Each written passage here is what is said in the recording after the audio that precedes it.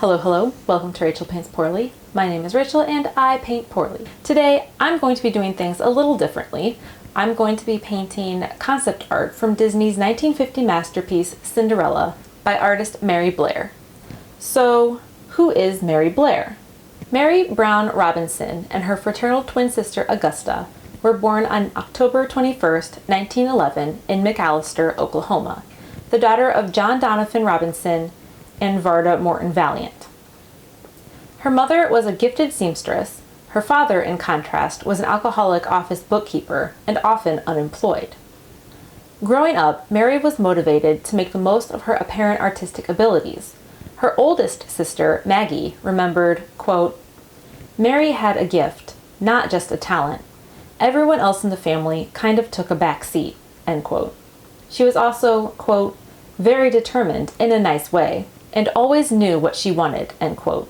When the family's limited budget threatened to disallow the purchase of art supplies, Mary argued and won her case, stating, quote, "Dad will just drink it up anyway," end quote.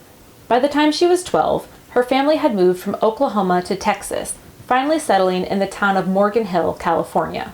She graduated at the top of her class in high school and attended San Jose State College from 1929 to 1931, before receiving a full scholarship to the Chouinard Art Institute. In 1961, the school would merge with the Los Angeles Conservatory of Music to become the California Institute of the Arts. Here she won a nationwide contest put on by Cannon Mills, a textile company, with her modern minimalist design of a bright blue and yellow Trojan horse. She had also won the attention of fellow scholarship student Lee Everett Blair, who found her fascinating. They were married on March 3, 1934. Lee and Mary were part of the California Watercolor Society, and her works of the time closely resemble those of Lee. Sometimes the two were confused for one another. The married artists were passionate about their art and each other, with Mary writing to her husband, quote, "We are artists, dear, and in love with art and each other. We must make these loves coincide and melt into a beautiful, happy, and rich life. That is our future, and that is real. We'll live to be happy and paint to express our happiness," end quote. Unfortunately, such idyllic sentiments proved incompatible with life in 1938 America. As the Great Depression worsened, Lee and Mary were forced to seek employment in the animation studios of Los Angeles, which were still looking to hire artists. In May of that year, Lee was hired by Walt Disney as a color supervisor working on Pinocchio. 2 years later, in May of 1940, Mary reluctantly joined Disney as well, in the character model department, painting watercolors for Dumbo and what would become Lady and the Tramp. "My ambition had certainly not been directed toward the animation cartoon field," she stated in the mid-1940s. Looking back on the necessity of the decision in 1976, Mary observed, quote, "You get an education in school and in college, and then you start to work, and that's when you learn," end quote. Mary lasted a little over a year, resigning on June 14th of 1941. She came to regret this decision a month later, when her husband Lee came home one evening with the news that he was one of a small group of artists who had been chosen by Walt to journey to Latin America as part of President Roosevelt's Good Neighbor policy. Mary was terribly disappointed and longed to go too. Her father had a suggestion. "Well, Mary," he said, "why don't you get yourself fixed up and go over to the studio and make an appointment with Mr. Disney and tell him that you want to go too?" Mr. Disney thought it was a great idea and rehired her. In August 1941, they headed south, journeying to Rio de Janeiro, Buenos Aires, La Paz, Bolivia, Peru, and Mexico City. Here Mary's art came alive, and she discovered what would become her signature style. Years later, Mary remembered, quote, "From the trip on, everything was extremely interesting. The type of work now involved, inspirational sketches, styling, obtaining material on survey trips, was started by this trip to South America. From 41 on, I felt that I had found a place in the business. This also involves art direction and playing in an art treatment of a picture," end quote. Walt took note of her newfound spirit, and she quickly became one of his favorite artists. Mary stated, quote, "Walt said that I knew about colors that he had never heard of before," end quote. Disney animator Mark Davis later commented, quote, "Mary was the most amazing colorist of all time. I don't think even Matisse could hold a candle to her, end quote. Her whimsical style and bold use of color continued throughout her career, with one of those books, I Can Fly, still in print. With Disney, her touch is apparent in the war-era package films, and in post-war classics such as Alice in Wonderland and Peter Pan. For the 1964 World's Fair, Walt himself personally asked her to design the It's a Small World ride, which continues to be a favorite to this day.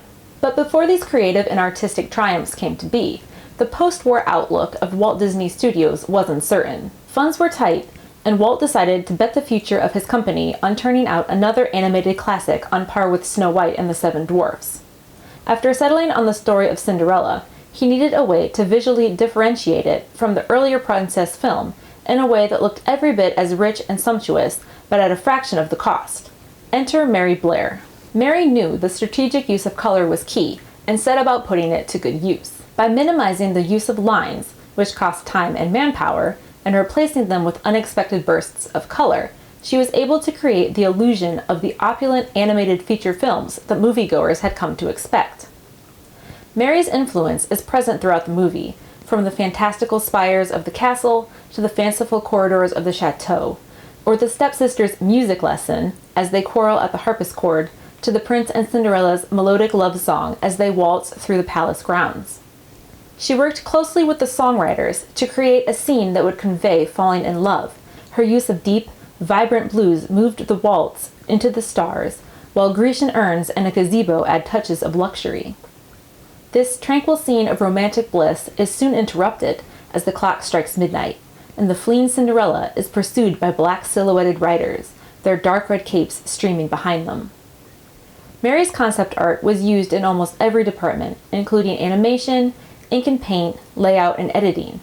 When Cinderella premiered on February 15, 1950, the Chicago Tribune exclaimed, quote, "The film not only is handsome, with imaginative art and glowing colors to bedeck the old fairy tale, but it also is told in a gentle fashion," end quote.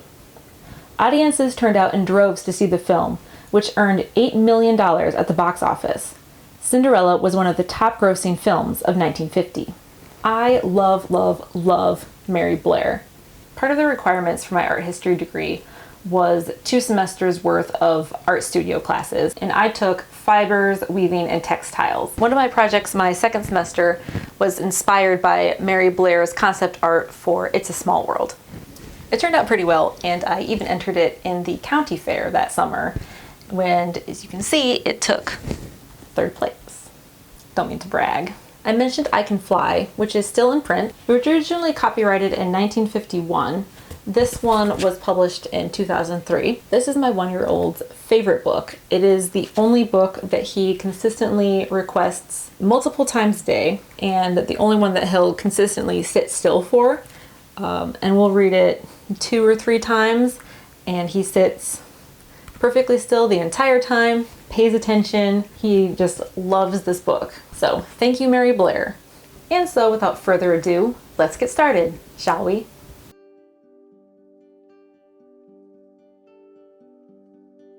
Almost all artwork, no matter what the final form, begins with drawing, because drawing is the artist's fundamental tool. The beginning of a design is always a difficult time for me. I am very aware that the original concept must do something worthwhile creatively, or all the hard work to follow will be wasted. Usually, I begin working by making little doodle sketches to plan the overall design and pattern. Many of these end up in the wastebasket, but the successful ones are kept to enlarge. Mary Blair.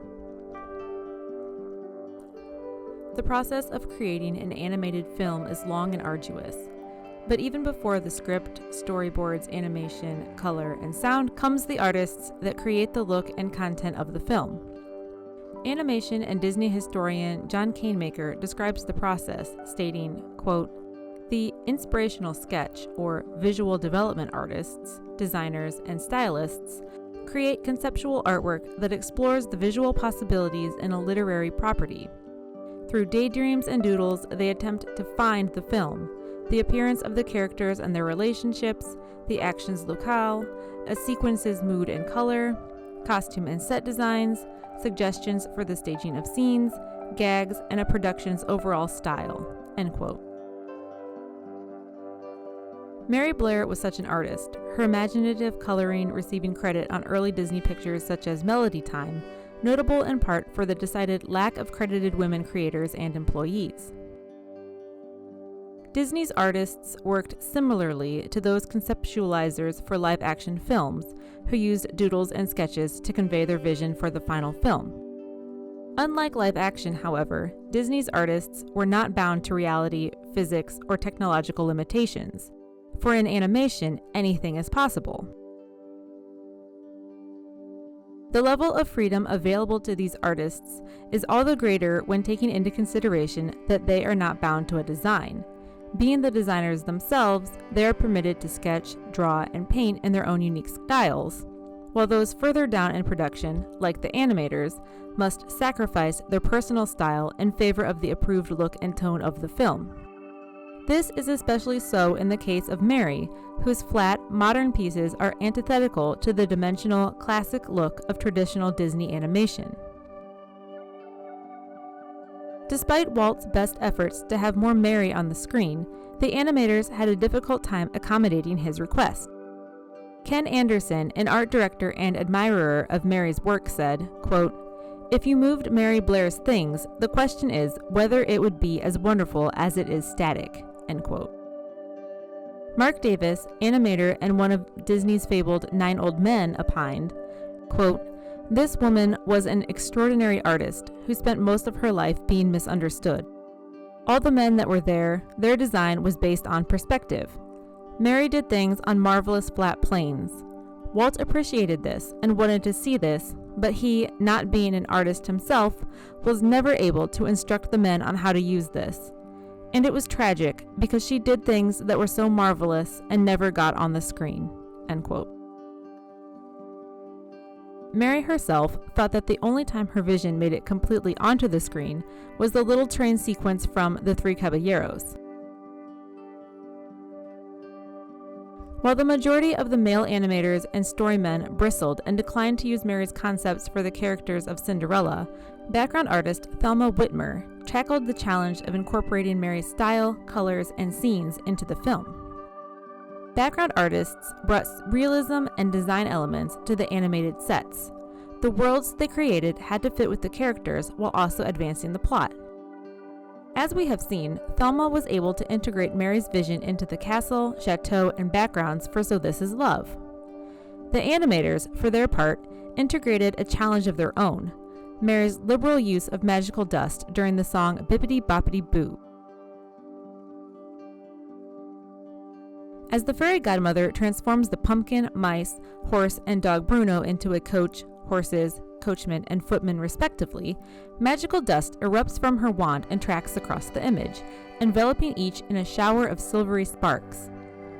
Mark Davis oversaw the scene, coordinating the timing of the effects animation of thousands of tiny pencil marks with the gibberish lyrics of the song. The crowning achievement, the metamorphosis of Cinderella's rags into a shimmering silvery gown, remained Walt's favorite piece of animation and is an iconic moment in the history of American animation to this day. Mary's contributions to the Walt Disney Company were formally recognized in 1991 when she was posthumously named a Disney Legend. Outside of Disney and animation aficionados, Mary's work is relatively unknown, though her influence on color and art is surprisingly far-reaching. According to John Canemaker, quote, "Her remarkable use of color became an integral part of the Disney canon. Disney color, in turn, was an influence on a number of pop artists, including Peter Max, Keith Haring, and Andy Warhol, who each had an avidity for the products of popular culture."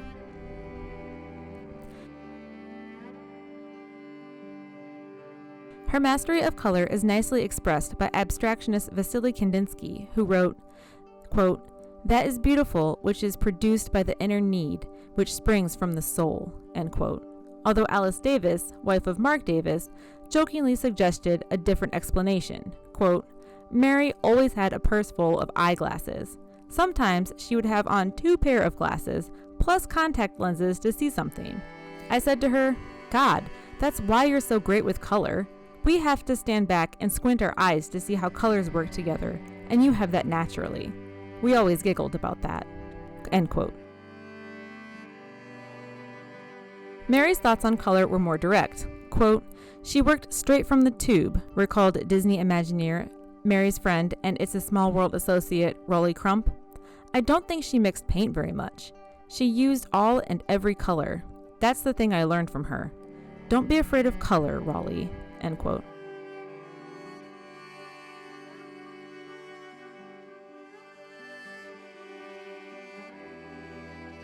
In addition to films she worked on directly, moviegoers of today are able to enjoy films created by animators she inspired.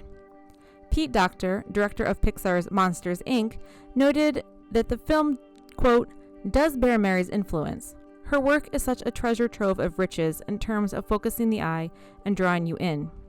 She has a way of framing things, giving a vignette sort of feel. In every production, there's a phase where we say, 'Let's look at Mary Blair stuff,'" end quote.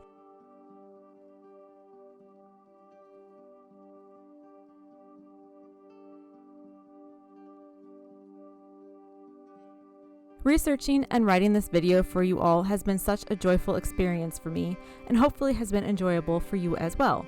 If you're interested in learning more about Mary Blair, I've added to the description below several wonderful books about her or that have included her, and there is also information and clips pertaining to her in several documentaries on Disney+, which I've listed as well.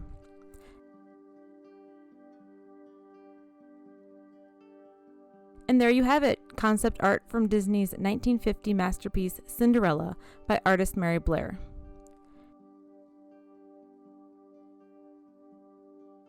Thank you so much for watching. As always, thumbs up if you enjoyed this video, and subscribe if you'd like to see more. Questions, comments, and requests can be left in the comments below, and if you'd like to follow me on Instagram, you may do so at Rachel Paints Poorly. Until next time, bye.